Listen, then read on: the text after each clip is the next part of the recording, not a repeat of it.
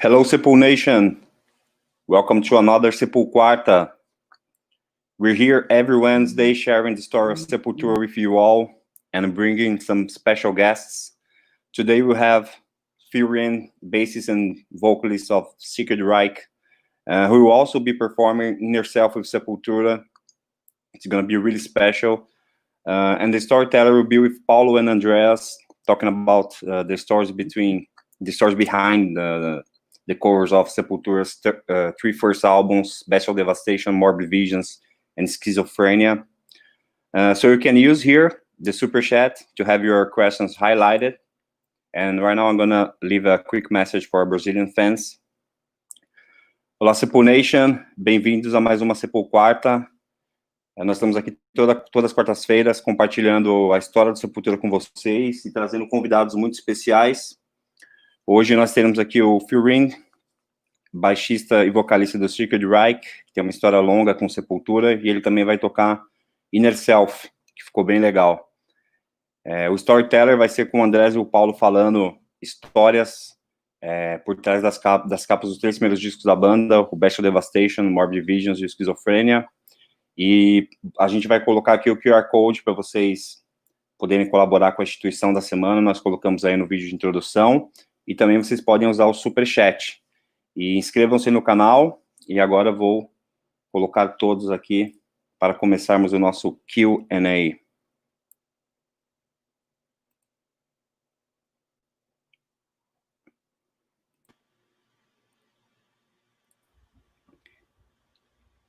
Hey guys. Hello, good afternoon, Phil.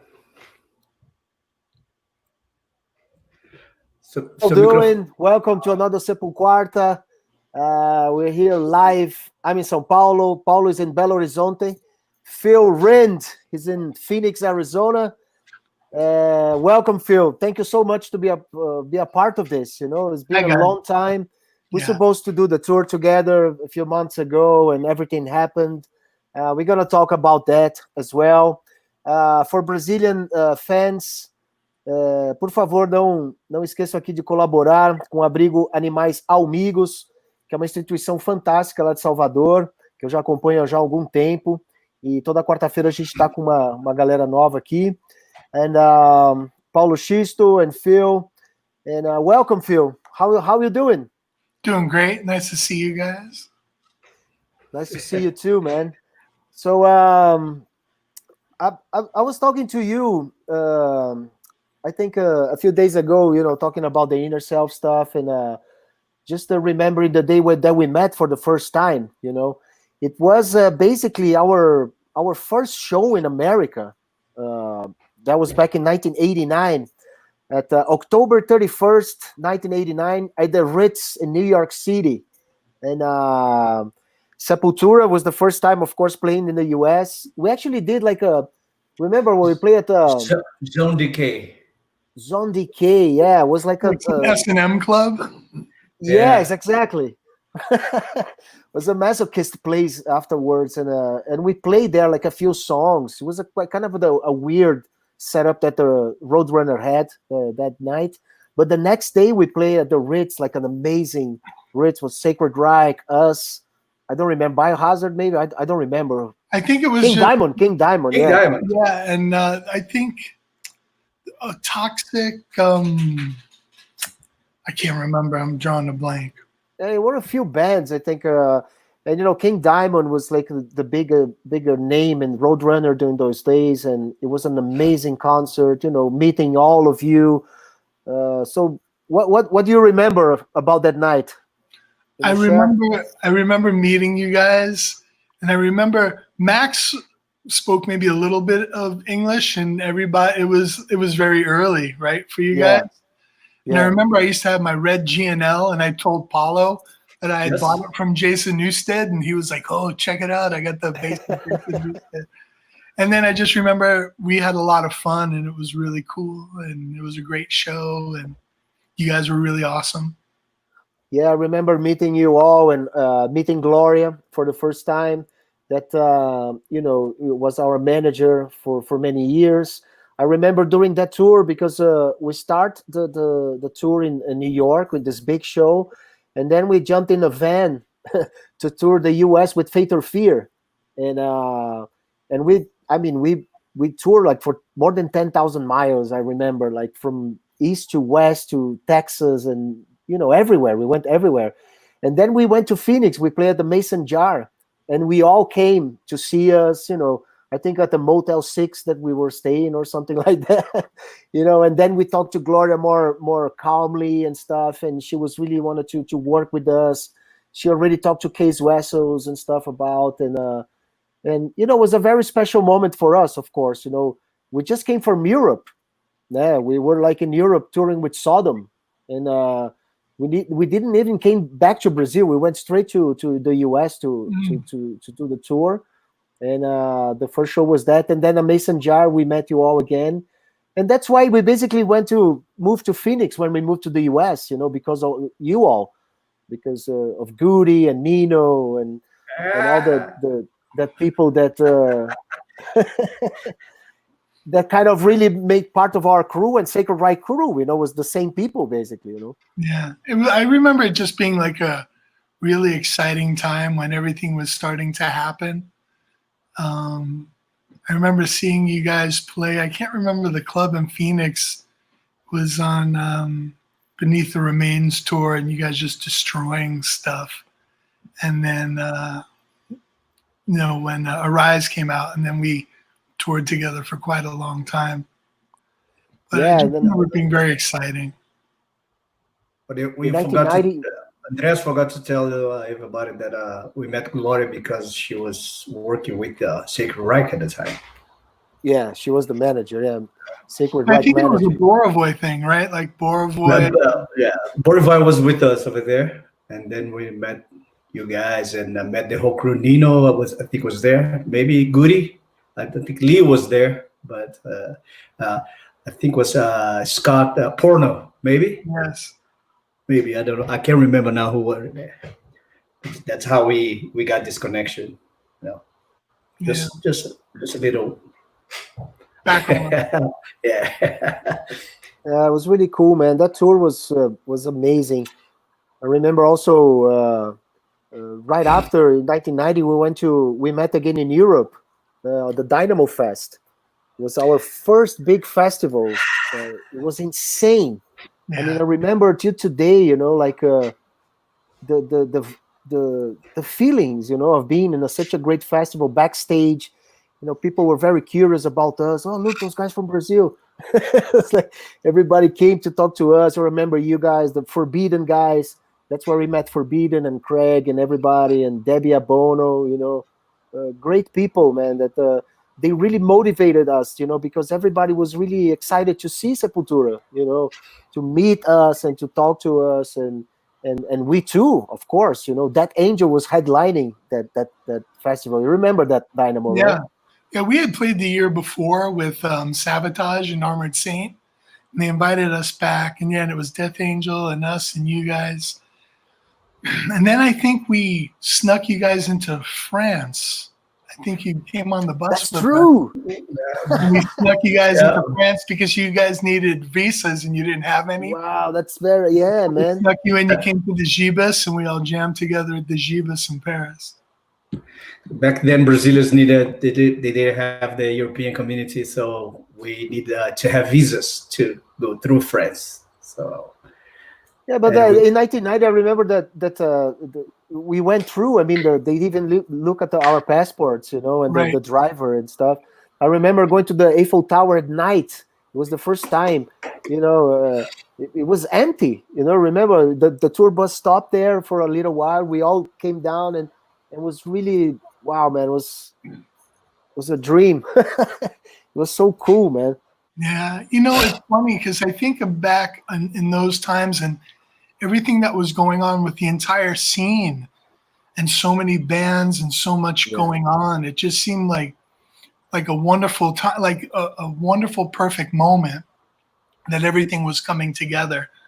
So it's pretty fortunate, to be a part. You guys had the American Way, right? Those days. Yeah, that came out in 1990. So the first time we played Dynamo in '89, it was still on Surf. And then we put out the American Way. and then we started in Europe with you guys. Us and Heathen. Aiden, yeah.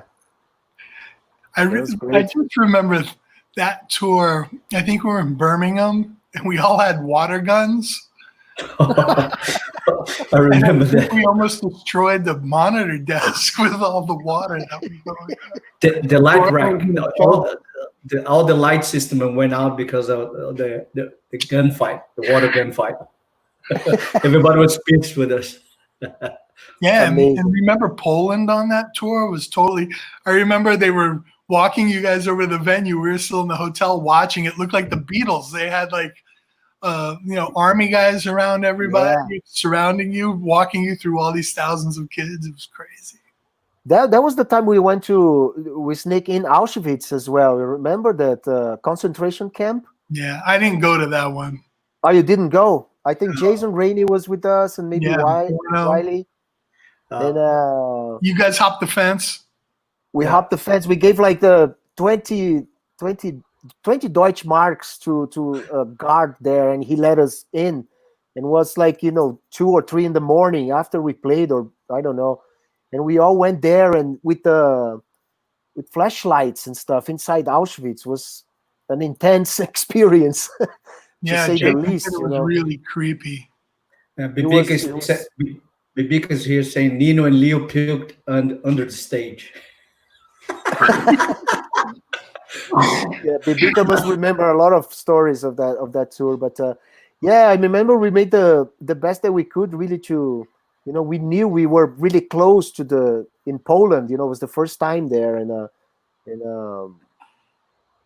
was still like pretty much like a communist vibe. It was 89, 1990, was still fresh, the wall and stuff. And Jason came. 8-hour sound check. I remember that too. That was insane.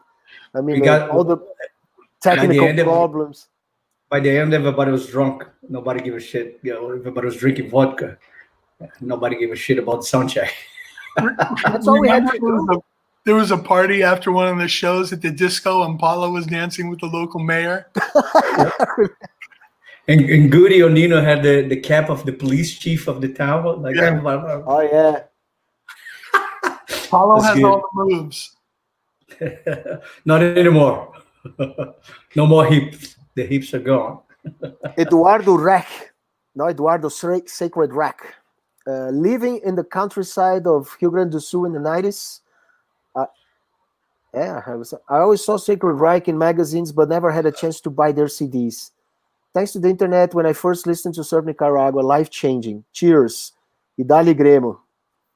Cool. He's from the south of Brazil. Cool, man. Thank you.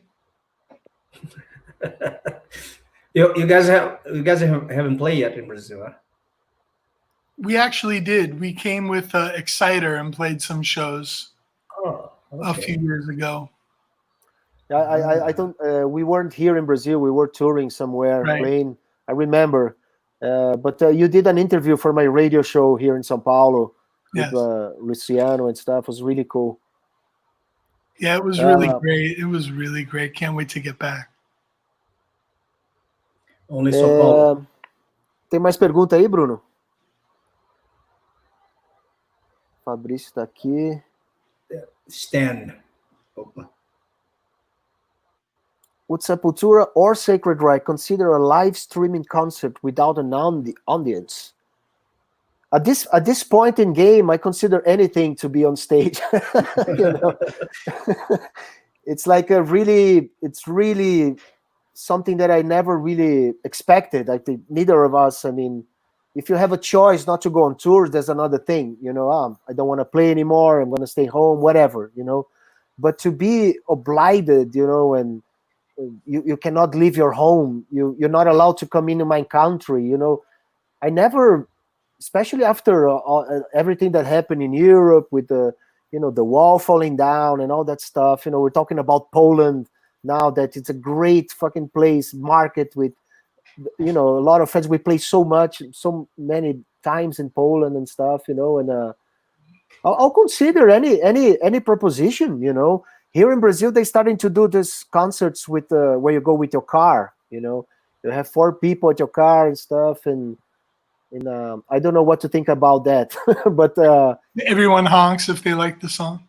exactly that what happens. And but it is a possibility for us to be on stage and jam, which is something that I miss a lot. I don't know about you, Phil. Yeah, it depends. I think if you can get everybody in the same place and record it, at least you have the energy of everybody together. If it's Yeah. kind of like this quarantine, everyone in their place, I think it's not so much like a concert. The whole energy and vibe kind of would be missing. And so much of a live show is the interaction with the audience and the energy, between the band and the crowd. I'm not sure. I mean, it depends how long all this goes on, and hopefully at some point we can get back to the real thing. What do you think, Paulinho?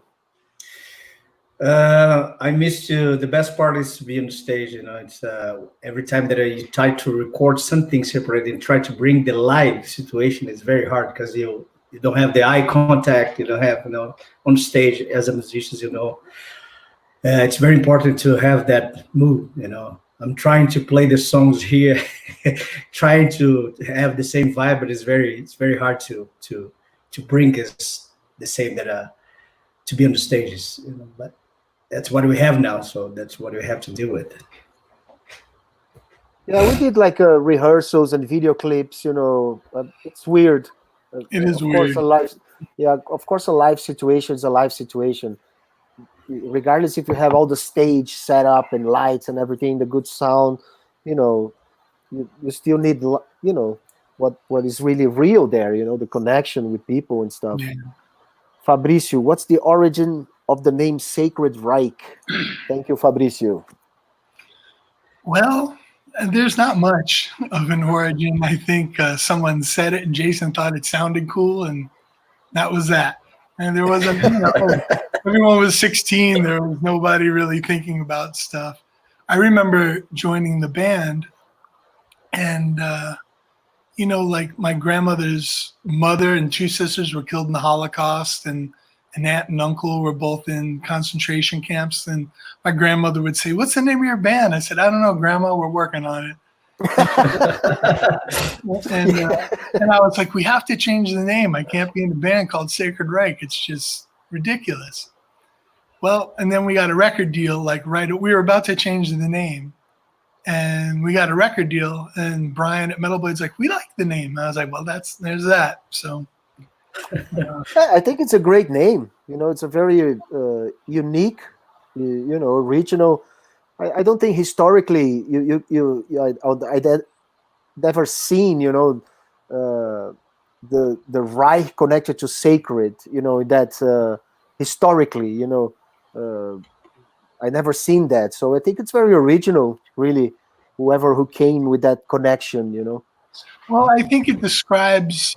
You get an idea of what kind of music we play. We're not a country and western band, so at least that with the logo and everything, it's just our name. It's just that's who we are. And then you go and read the lyrics, and then you see what's all about, because you write very well and you write very clear, message. And talk a little bit about your inspiration and how you write your stuff and how it changed, from the beginning of the Surf Nicaragua, American Way to this last album, which is amazing as well. So, for our band, we felt like the music was the hammer and the lyrics are the nail. And if you have an opportunity to say something to people, that you should say something. It's certainly not for everybody, and everyone has to make their own decision, obviously, as a band. Yeah. But I was always really influenced by MDC, punk rock band, or Corrosion, DRI. More than metal bands, it just seemed more real and dealing with issues that we all face. And, when we started the band, we were like 17, 18, 19, 20.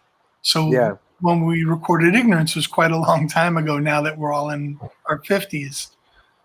So it was kind of interesting, having not done a new record in 23 years, for a long time wondering what Sacred Reich even sounds like now. You know, what do we sound like? Ignorance? Do we sound like American Way? Do we sound like Independent? Do we sound like Black Sabbath? What do we sound like? And my friend Mark is a video director who did a bunch of our videos. And he said, you sound like whatever it is that you write. That's what Sacred Reich is, when you guys come together and play music. So it was very freeing to not have to overthink everything and just play what came out. And the last record came out, and it was pretty amazing. Very Sacred Reich. Yeah, whatever that means, right? Because it has to sound like us, because that's what we do. But I have to say, man, you are singing better than ever, dude. You know, it's really amazing. You know, of course, for a singer with the age and, you know, without singing for so many years, and then you come back like nothing happened. It's amazing.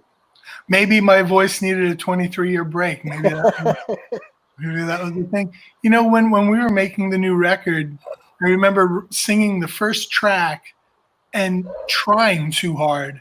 And then we recorded the rest of the record, and I went back and re-sang the first song because I said it's enough just to sing. You don't have to try to be something, and just be yourself and do your thing, and it's enough. And I think something is really cool that you speak very low naturally, you know. You always like very calm, you don't raise your voice and stuff. So I think it helps too to keep your voice, you know, rested and ready to scream. You know, it was funny, on the last tour we did in the US with QUADRA, we started off with like 15 shows in a row, and I totally destroyed my voice. Like, we hadn't toured in all these years, now we do 15 shows in a row. I know, yeah. Trash. I'm like, let's not do that again. Stan Ribeiro, horns up for the new Sacred Reich and Sepultura records. Both legendary bands, still very powerful, playing live and releasing amazing records. That's right, man. Yeah, you guys' last record is just crushing. Jesse Capo QUADRA. Thank you, Jesse. Just amazing how I look and I see, you know, guys like you. Is it 14 records, 15 records now? 16, 15, something like that. I think it's 16. It's amazing to me that anyone can write that many records and be that creative. It's incredible. You know, we stopped making records, and you guys just kept going and going and changing and adding. Yeah, you know, I think the changes really helped us to reinvent ourselves and, you know, try new things. Of course, first Max leaving, and then Igor, and then Gian Dolabella, and now Eloy, you know. So I have to say I feel better than ever, man. You know, like a guitar player, as a composer. I know Paulo feels the same way, and Eloy and Derek, you know. We're really... I playing better than like 20 or 30 years ago, for sure. You know, more mature, of course, more knowledgeable about, you know, everything, and working with great producers, Andy Wallace, you know, and so many other great guys, and Ross, and, you know. So it makes sense that you get better, you know. And I always like to study and really to explore new things, and why not, right? Why are you going to put a new album if you're going to try to copy what you did before, man? I mean, it makes no sense, you know, to me. I mean, you said it perfectly, you know, that Mark told you, you know, do whatever it comes out, you know, that's respecting your present, you know, your now, you know, and that's very important for us, and that spirit kept us alive, you know. It's keeping us alive, especially now, you know. I don't know how you guys keep finding all these incredible, amazing drummers. You just... I know, man. We have a special... This is the last one. I'm not going to deal with that again. So like, if you leave the band, I'm going to kick your ass. I'm going to kill you. He's a good one to be stuck with. No, there's one special place here. They have this drummer tree that you go there and pick. It's a secret place that a few people really know. Cool. You know, I wanted to ask you a question. So, behind the decision to remain a one guitar band, when all the earlier stuff had been two, what was behind the decision? It was not technical. I didn't see any obligation, you know, to have a second guitar. especially when we were a trio without having a singer. You know, our main focus was to find a singer, and we took 9 months or 10 months when we started looking for another guy. You know, we spent this period of time only as a trio. I went to do vocal classes, and I tried out to be the first Sepultura singer, and it didn't work, you know, but we had to try. We had to go and really do it. You know, we took our time. We were not in a hurry to find a Max clone or a second guitar in a hurry just to try to repeat what we are not there anymore, you know. That's what I mean, working with the present. I mean, you see so many bands, you know, with one guitar player that they use 2 guitars on the studio, and then, you know, on live, it is what it is, you know. Right. Imagine Led Zeppelin, you know, recording everything that Jimmy Page did in the studio live.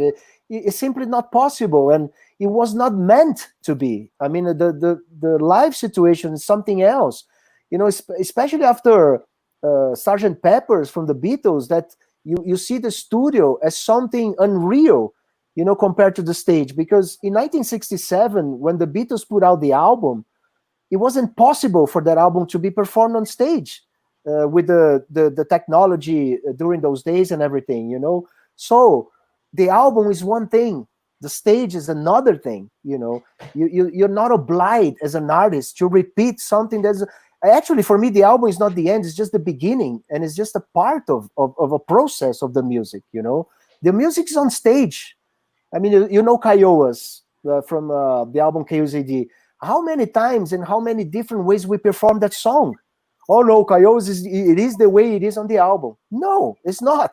It's just a expression of the moment. It's a photography, you know. It doesn't mean that I go to everywhere using the same photo, you know. It's like it is what I am. It's like Paulo in 1989. He took 80 pictures of passports here. Take all these pictures and don't ask me passport pictures for 10 years. You know, it doesn't work that way, you know, man. So you have to respect what you have there. I mean, it was hard enough to have a new singer. To find another guy to play guitar, you know. It's not only the technical point, it's that you have another guy, you have to live with that guy, you have to go on tour with it, you know. And it was not really necessary, as we showed, you know. We had a great time. We toured with Slayer on our first tour in the States, in Europe, you know. It was fantastic show and stuff. And I feel that people are a little unjust with Sepultura, you know, because we are the only ones that we have to have 2 guitars, you know. I mean, talk to Lemmy. See Motorhead. Motorhead started as a trio, and then they put 2 guitars, and because they didn't find another Wurzel, he didn't need the intention to keep another guitar. And then Phil Campbell, you know, stayed as a trio again, you know, respecting what is happening, you know, and not being a slave or a certain format or a certain album, you know. That's not art. You know, you're going to be a robot, and it's not a respect the moment, you know. Yeah. So that's why we really didn't lose time and energy on that. And I respect the opinion of everyone, but, you know, come down a little bit, man. Fuck you. You know, You have to do what you think is right. That's all it comes down to. Whatever feels. 2 guitars. Talk to Pantera and talk to Van Halen, or talk to, you know, Black whatever. Sabbath. Yeah, Black Sabbath. Yeah. Rush. I mean, how many guitars Alex Lifeson and whatever, you know? It's like, dude, it's something that is really unfair, I think, and it has to do with the way. There's a lot of unfair stuff when it comes to. Yeah, I know. Yeah. Still, and, you know, it's the way that Max left the band as well. You know, like the way he say, "Oh, this is Sepultura. This is not Sepultura. It's Sepultura with Gyro or Sepultura with Igor." It's like, you know, it's like a fucking Sepultura is everything, and it's nothing at the same time. You know, because we do Sepultura every day, and every day we do a new Sepultura. You know, that's our point of view of everything. You know. Yeah, it's, you know, there's what you do as the guys in the band, and then there's what everybody else wants to talk about, and they're 2 completely different things. And you know, I remember, like, when we split with Greg, and I would see a lot of posts like, we deserve an explanation. I'm like, I don't think so. Yeah, You know, some things are just our business and not your business, and it's okay. exactly. And you know, oftentimes when all that negative stuff comes out, everybody loses. So there's no point to talk about it. You know, relationships end. That's the best way to explain it to people. You ever been in a relationship that ended? Being in a band is being in a relationship, and sometimes things don't work out. No one has to be the bad guy. It just means that everybody's going their separate ways. Look what everybody did to Yoko Ono, blamed her for the Beatles. Like, Yeah, yeah. those poor guys want to do their own thing. They were all very strong people and just want to do their own thing. Why does somebody have to be to blame? They're really tired. You see on the George Harrison documentary, they're signing the contracts. They say, "Oh, where did I sign? I need to get out of here. Enough of this shit or whatever." So, and it was a difficult time for us. Roots was a very special album, and we didn't. The truth that we were not ready for it. The management especially was a complete mess. That couldn't really organize everything that we needed at such a special time. That's why it happened what it happened. We had to change management because this is not working. This is very confusing. This is like and regarding having the name of Sepultura, we stayed with the good part of it, and we stayed with the bad part of it to reconstruct everything, to pay all the bills, and to understand what the fuck was going on with everything, and everybody turned their back on us. Not you, Phil, of course, but we had that kind of division. You with you or with them. We never really saw it that way, but somehow that's the way it was portrayed, and unfortunately we still we still suffer the consequences of that idiotic attitude, but Stefan Santana, hi Phil, what did you think that very first time you heard Sepultura, a band coming from Brazil? Thank you, Stefan. One of the things that I love about you guys, and we toured for a long time and I watched you every night, is it was just so heavy and so real and so genuine. And when we were touring on the Rise, I mean, you guys were like completely and utterly on fire. It was amazing to see. And I'm not like a death metal guy or a guy that kind of likes those kind of vocals, but the thing with Max singing that way with the accent, it like made it cool. And the other band that like is like that to me is Gojira.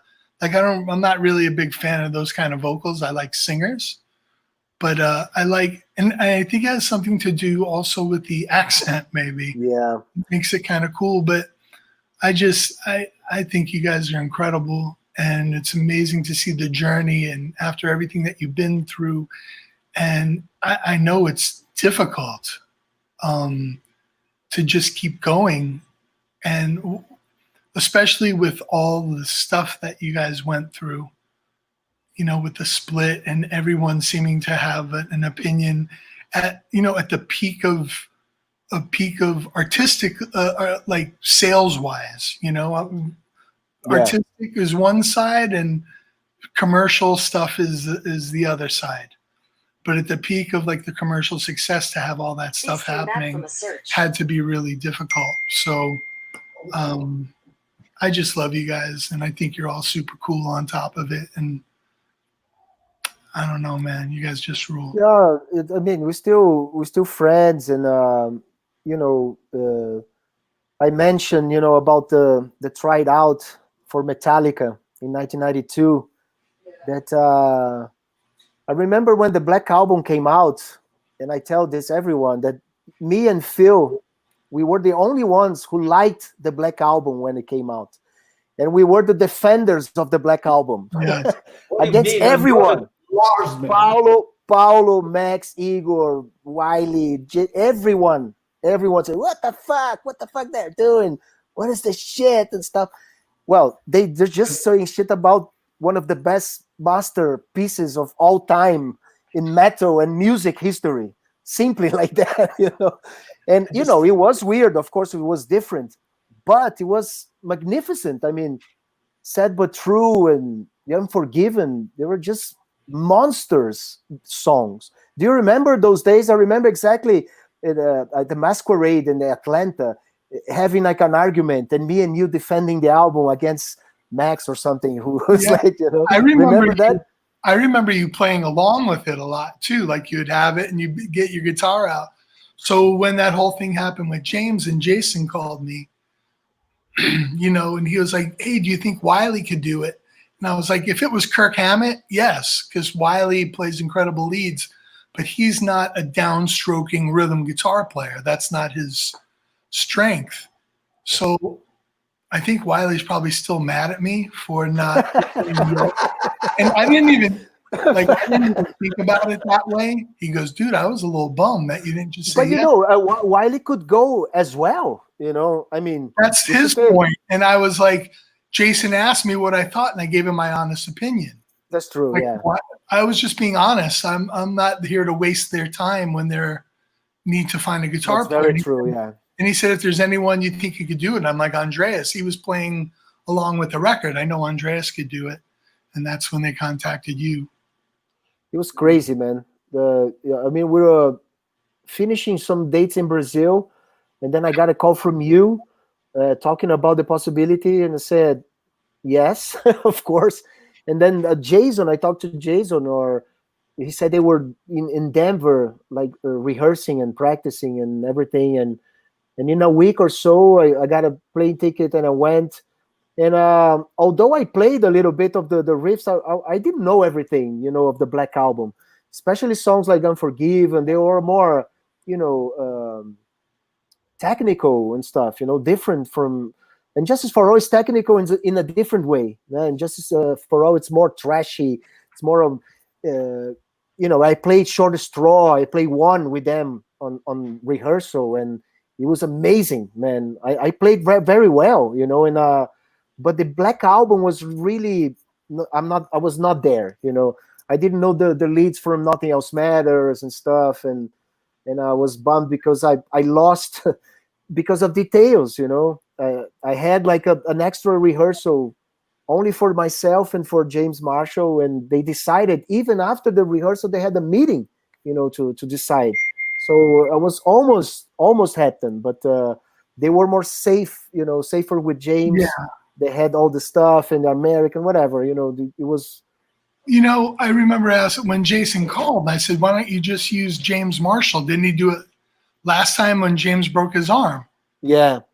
But they wanted to try out more people. And Jason told me that James, you know, was Kirk's guitar tech. So he knew all the changes. He knew the acoustic stuff because he was there every night watching it. So there isn't anybody more prepared than that guy.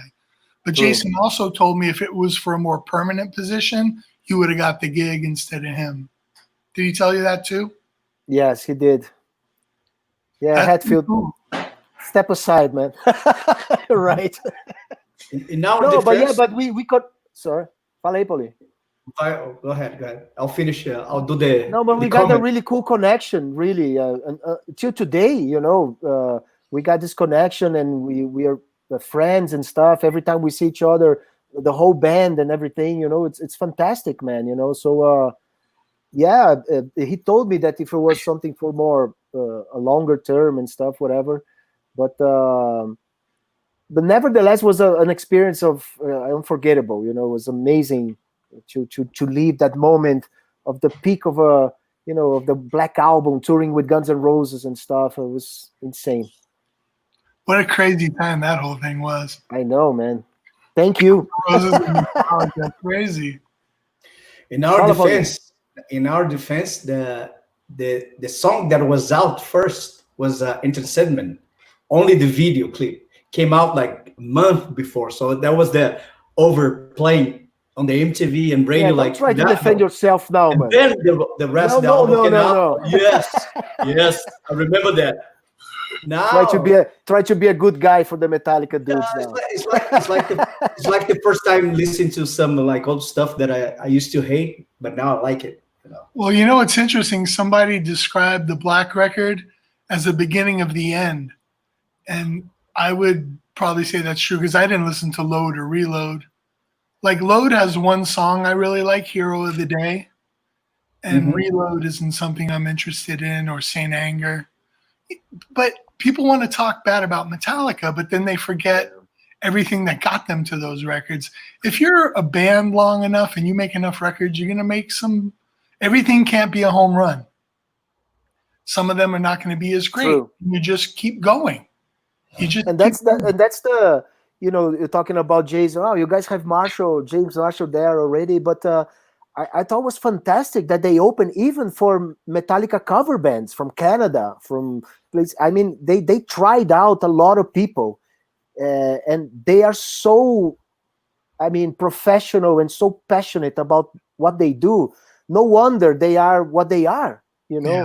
Not by accident. Some kind of monster and stuff. They're not scared of showing what they are, you know, and they inspired so much, you know. I think Metallica, you know, it's something that, you know, after the Big Four, you can see how the whole metal scene came back strong again, you know. Megadeth, Slayer, Anthrax, even Metallica doing new albums, you know, not only doing the past stuff, you know, which was enough for them, you know, let's say, but, you know, they're still there working new material and stuff, which is very inspiring, you know. It's great. And they opened the really the possibilities. They want to make sure they wanted to make sure they had the best option, you know. And after playing with a lot of people, they made sure, you know, James is the guy, which was fantastic. It was great. Yeah. Fala aí, Bruno. Any questions? Sepultura in Peru. By the way, I'm trying to I send a message to Goody to see if he's coming in to enjoy us. Scott Goodwine. Scott Goodwine, but he's not answering. Come on, let's keep the high level of the conversation. Hey, he can tell us something about the high level of the conversation. That's why I'm here right now. Okay, Bruno. Okay. We're gonna talk a little bit about our SepulQuarta. Then we're gonna come back here for more questions for our guests. And here you just go to sepultura.com.br/SepulQuarta, and here we have the links, all the links to our official merchandise stores in Europe, also in Brazil, USA, and Australia. So we have like some pretty cool new stuff on our web store. We're gonna show you right now. And just go to sepultura.com.br/SepulQuarta, and you also have all the links to the live Q&A, the storyteller, and also for the inner self version that Sepultura did. And here we have like some new merchandising that's also available in Europe, the Sepultura Classic line. And right now here's the... Now I'm gonna sell a lot, some cute guys in there. God damn. You want some? Just kidding. And here I have like the North American store. Awesome. Nice. And for our Brazilian fans, we have the Sepul Store Brazil. Inclusive, recado para os fãs do Sepultura, semana que vem a gente vai ter também Q&A em português. É isso aí. And here we have like some new stuff. So just go to sepultura.com.br/SepulQuarta. We have all the links to our merchandising stores, and also everything related to Sepultura and SepulQuarta you're gonna find there. Right, guys? That's right. Hell yeah. Hell yeah. Be a part of it, and also for the Brazilian fans, help here the institution we have, Abrigo Animais Amigos, lá de Salvador. Colabore, tem o QR Code aqui.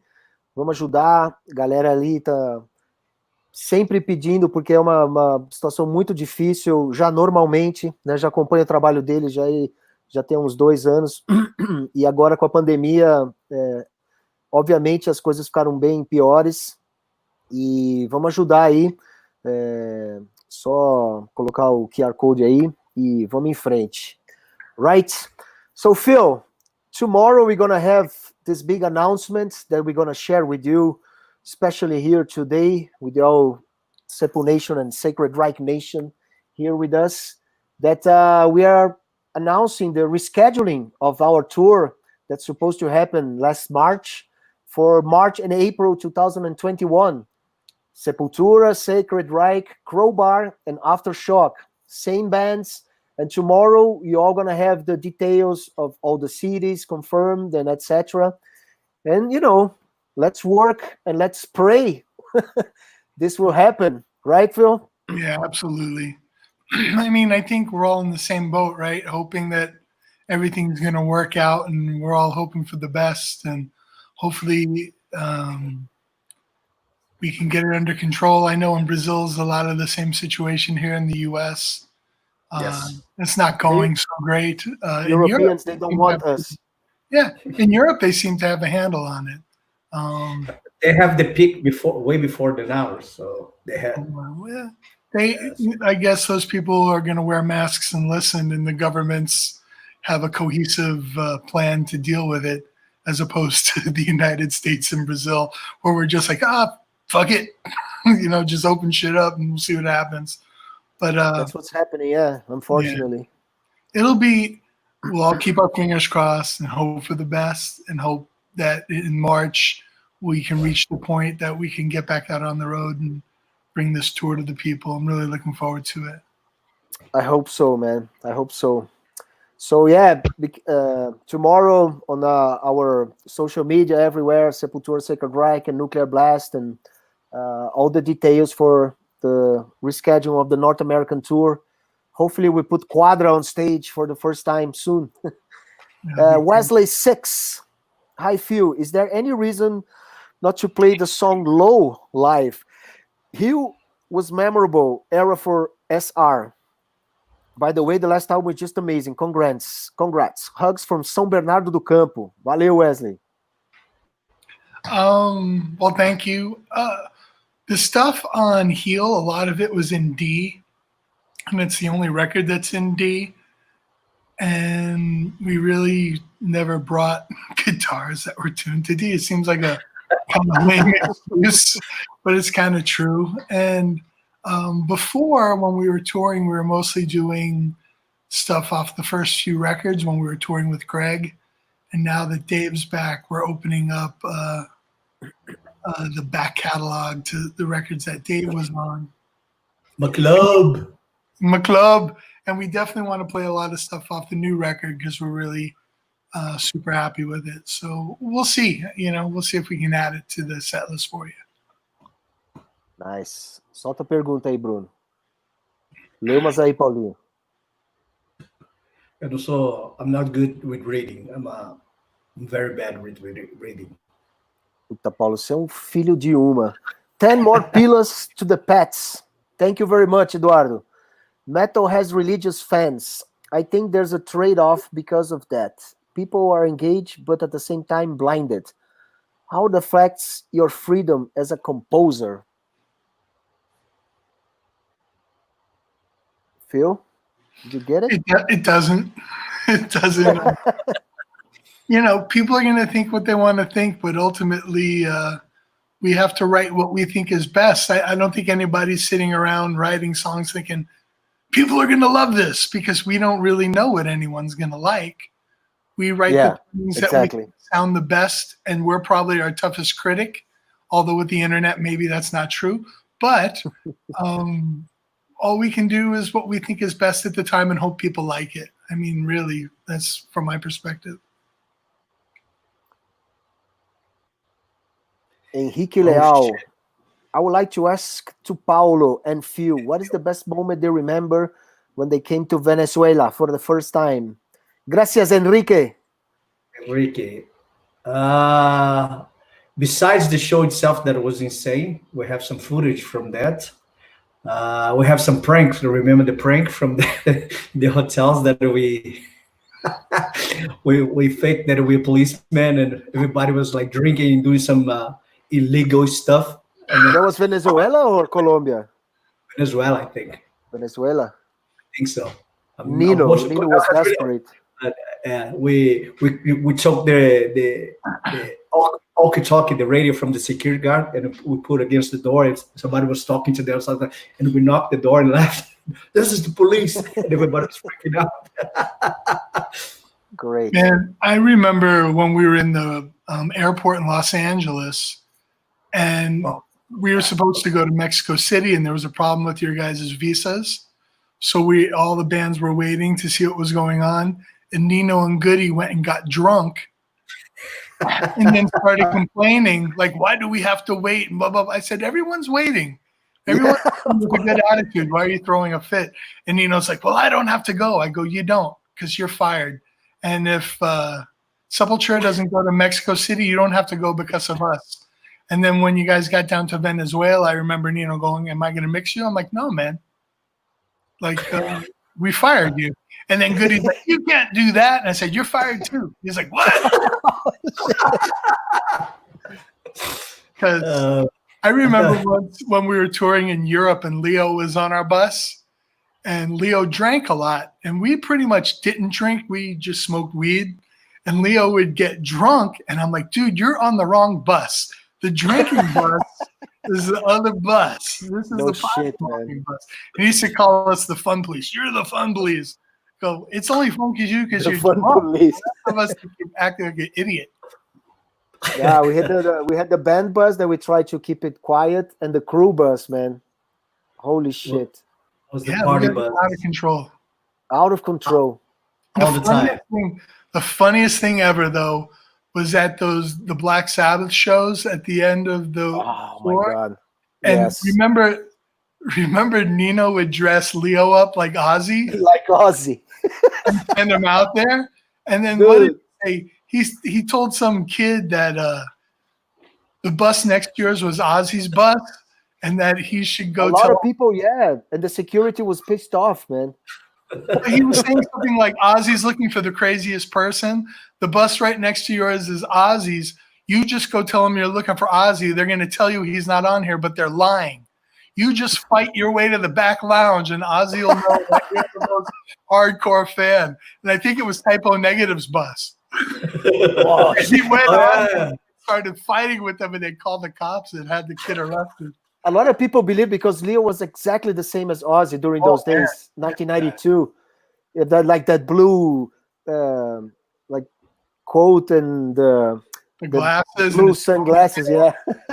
yeah, and Bob came up. He's like, fuck off. Bob Thompson, yeah. Bob Thompson, yeah. Tartaruga. Tartaruga Musha. That's great. That tour was, wow, that show was insane, man. That was Emmanuel, fala Emmanuel. Are you coming to VOA Heavy Rock in Portugal 2021? And are you planning an extra date for Portugal? When Sepultura was announced, the tickets for the day you've been scheduled was already sold out. Obrigado, Emmanuel. Grande abraço aí. Oh yeah, the idea is to go back to Portugal. I know some festivals are already announcing their rescheduled dates, like we're doing with the tour here now. And yes, we're in. We're supposed to be in Europe now, of course. June, July was an amazing schedule. We were in a lot of festivals, and as I said, all of them are working towards 2021. And if we have the chance to play an extra date in Portugal, for sure. I mean, last time we played at Porto, né? And Derek screamed, "Good evening, Lisboa." You ever did that, Phil? No, I learned one of the first tours we did was Forbidden was opening, and we were playing at L'Amour's in Brooklyn, and Russ yelled, "Hello, Detroit!" And I was like, man, there's nothing good that could come from that. Those people know where they're from. The only thing that could come is bad if you make a mistake. The best mistake of all time is, of course, Ozzy Osbourne in Argentina coming in on stage with the Brazilian flag. Oh. That was amazing. That happened. Yeah, people know where they're from. You don't need to tell them. I know, yeah. Oh, man. Que mais? Paulo Ferreira Viana. Manda congratulations to me. It's my birthday. Happy birthday, Paulo. Ferreira. Happy birthday, Paulo. Pô, Paulo, que nominho, hein? Nominho, né? Cara, nome de santo. Nossa. I'm looking at the day of my old calendar here. Sepultura was supposed to be either in Spain or Germany today because they had to decide yet the dates. It hurts so much. Oh boy. Summer in Europe, it's the best. It is. Well, yeah. Bruno Rocha, which Sacred Reich song? Of course, Andreas is always. I heard I about tell you, he has the worst connection ever. I heard about Which Sacred Reich song Sepultura could cover? I don't know, man. He's out there. I would say You're on the spot. American Way. American Way? Yeah, I think American Way. Yeah, I think so. Because I remember back then there was the tour that we doing, and I remember there was one of the songs that I was playing sometimes on the dressing room to warm up. I would go to Janet.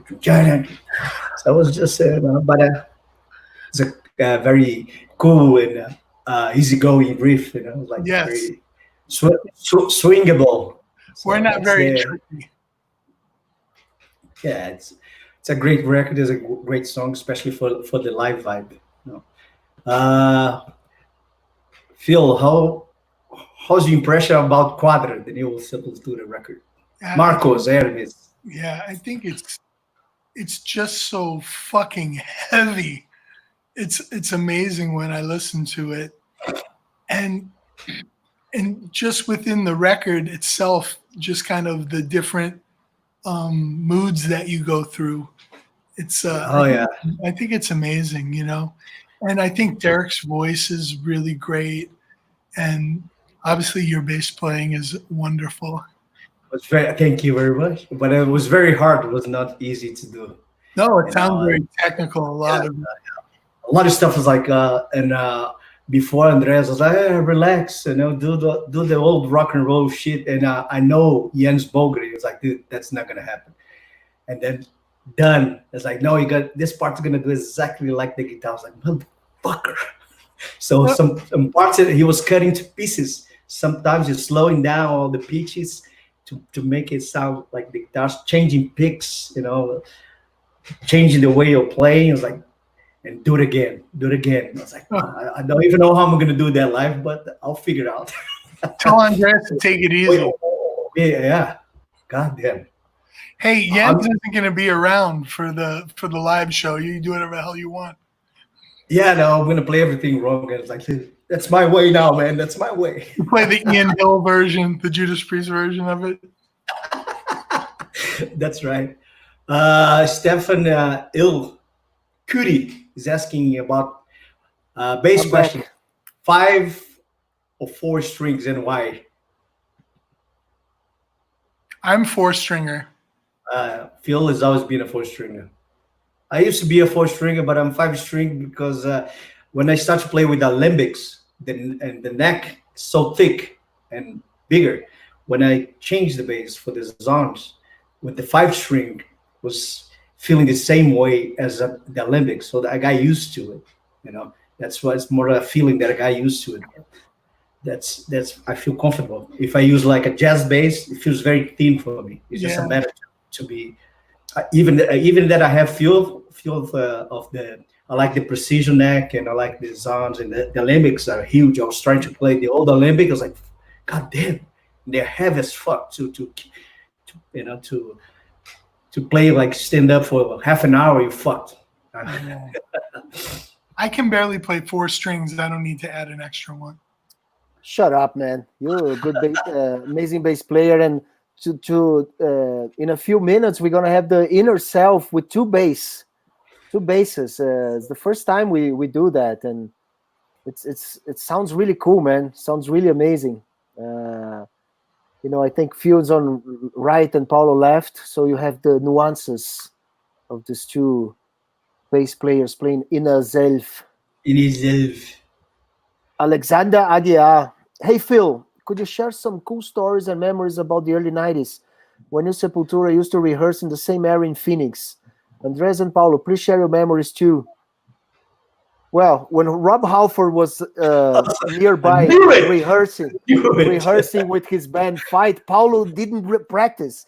He was so excited. Oh, Rob is here! Rob is here! Paulo, come back! Come back!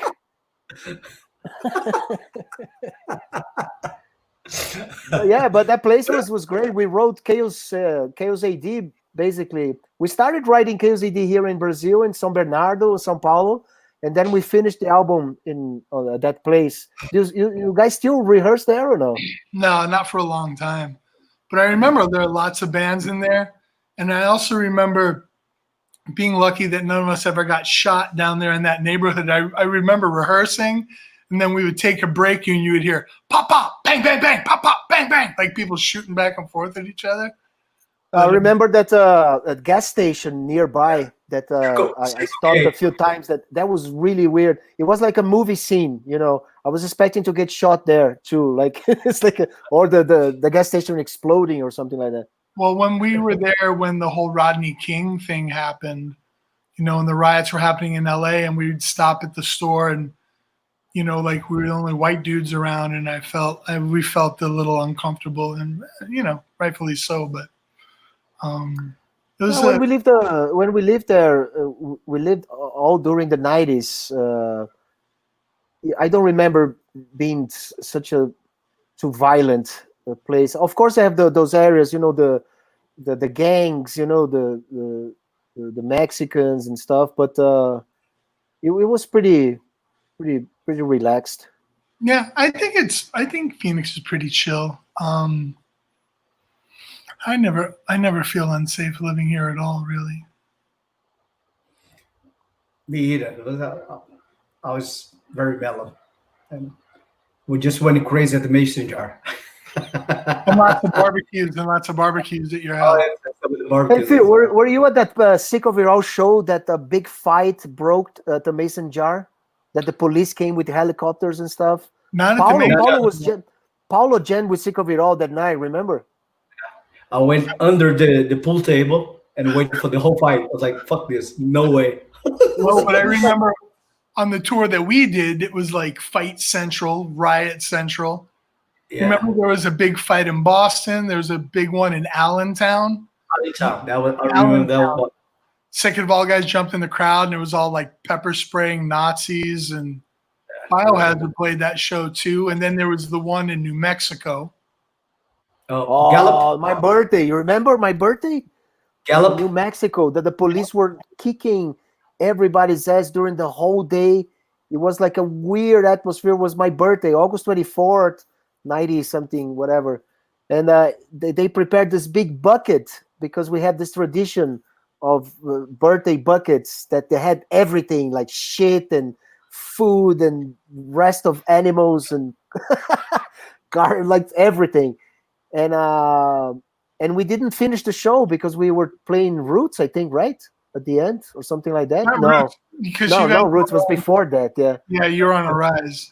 So they finished the show. Yeah, they finished the show before we finished the last song. Yeah, they pulled the power. And then Gloria was arrested, and Leo was arrested right there, like handcuffed and everything. It was really tense. It was insane. Yeah, that was a crazy show. And then I remember up in Seattle, I remember the Napalm Death guys and the Sick of All guys fighting with our friends in Forced Entry. I look out the bus window, and there's just a fight in front of the club.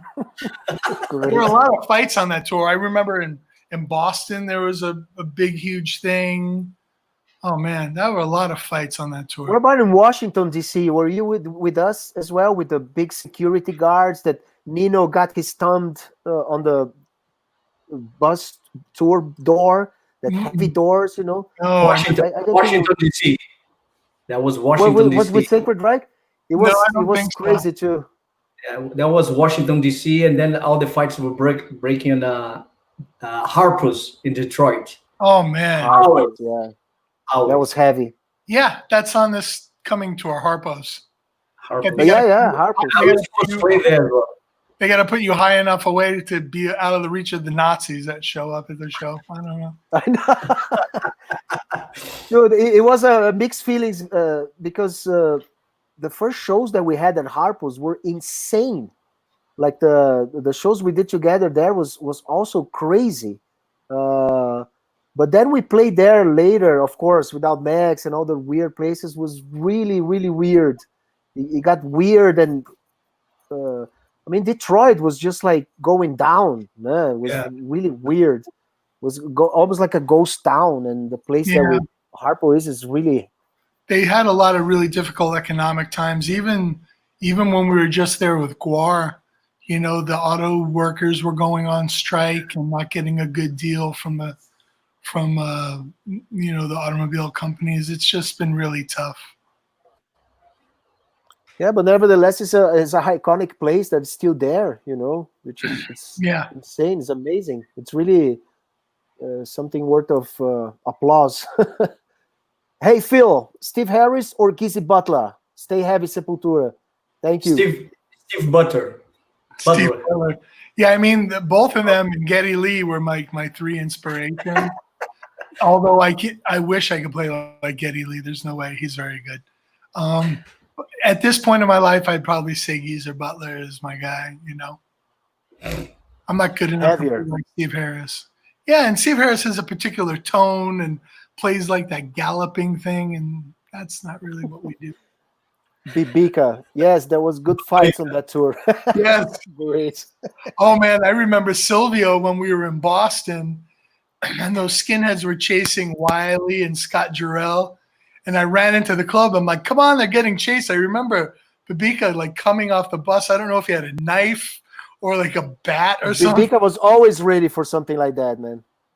And I remember when we were in Europe together and we were in the Reeperbahn, and Bibica had a particular thing he was trying to do, and I don't know if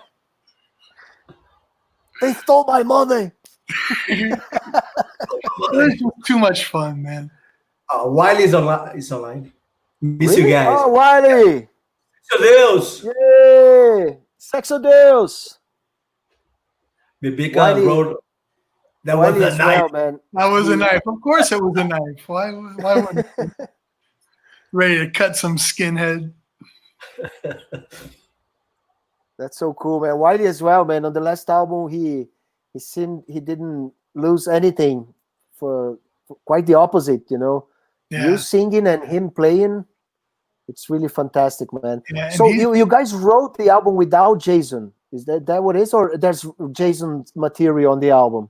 No, I mean, you know, we were just demoing stuff, and then we got together and started jamming, and like Jason had health problems and his kind of skills had kind of eroded, you know. He was having a hard time with just basic stuff. You know, he just wasn't feeling good. It was really difficult to see and difficult to watch.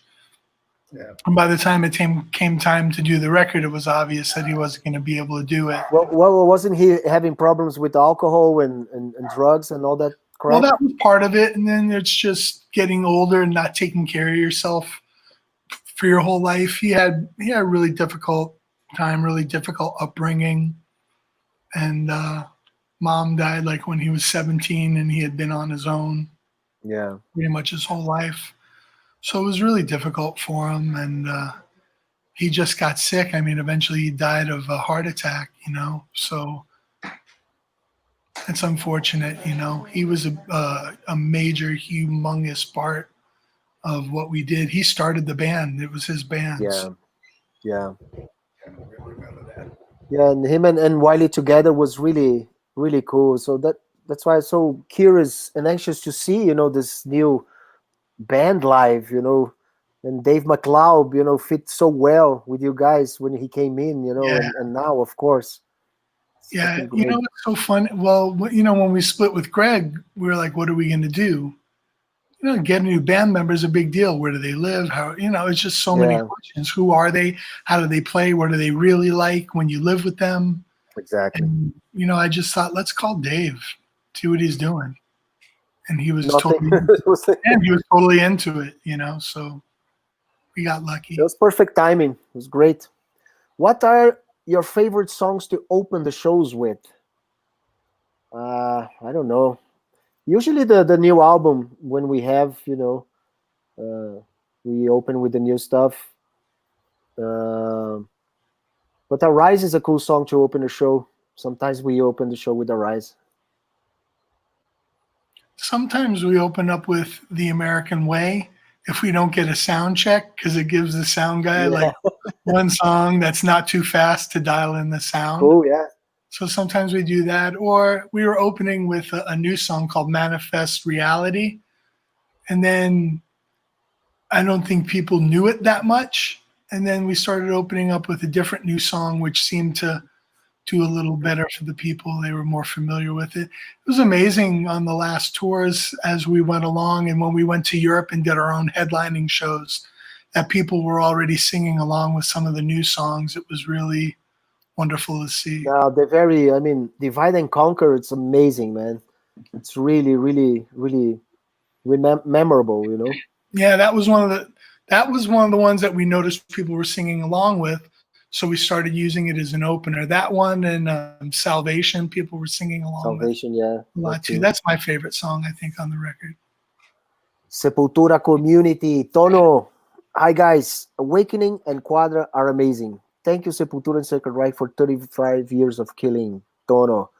Thank you, Tono. Sepultura community does a great job, man. It's going to be so fun to go on tour. Can't And wait, then Crowbar, too. Like, we took Crowbar on their first, like, real tour in the U.S.